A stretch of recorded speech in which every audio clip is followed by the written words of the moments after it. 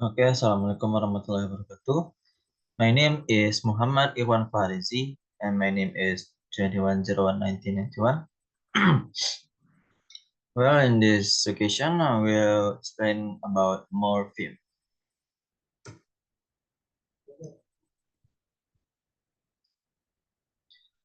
So, the first is, what is morpheme? So, morpheme is the smallest unit of semantic content and grammatical function.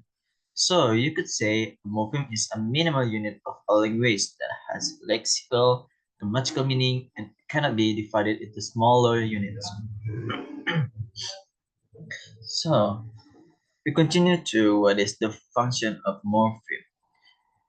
Morphemes serve as the foundation in English. For example, the word unjustifiable consists of three morphemes.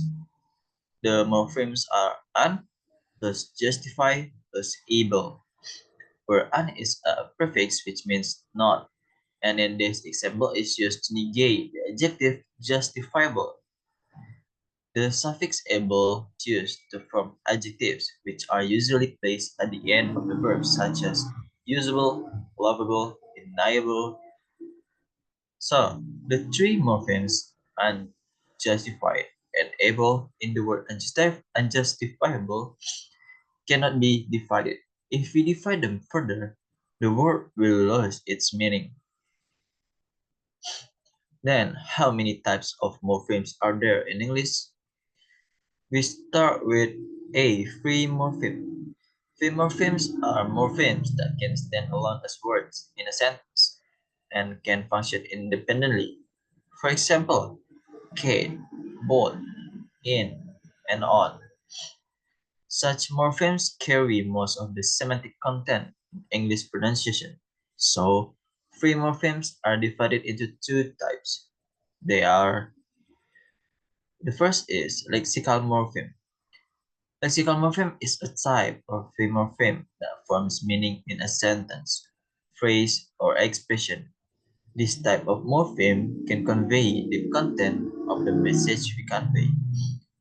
Free morpheme which is included in lexical morpheme is morpheme which falls into the categories of noun, adjective, verb, and adverb. B. Bone morpheme. Bone morpheme are morphemes that cannot stand alone and can only appear in combination. Bone morphemes always appear in conjunction with roots and are sometimes combined with other morphemes. In bone morpheme, we have derivational morpheme. Derivational morphemes are morphemes which, if tied or attached to other morpheme, will form new morphemes or words, or to form other words with grammar or lexeme that is different from previous word. In derivational, there are two types of affixes used, namely they can be found at the beginning of a word, they are prefixes, or in the end, suffixes. In Indonesian, we usually know them as affixes, or in Indonesian we say it imbuhan. The number two is inflectional morpheme. Inflectional morpheme is a morpheme that does not cause changes in word class and word meaning. However, this morpheme affects the number or plurality in tenses.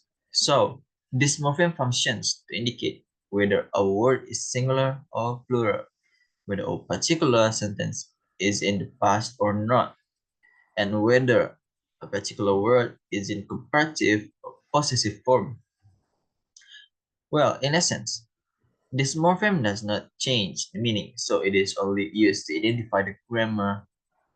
Apart from that, this morpheme doesn't function to produce new words or form words with different grammar or lexeme from the previous word. So, in English, most bound morphemes are affixes, especially prefixes and suffixes. They can be further divided into the derivational affixes and inflectional affixes. We back to derivational affixes.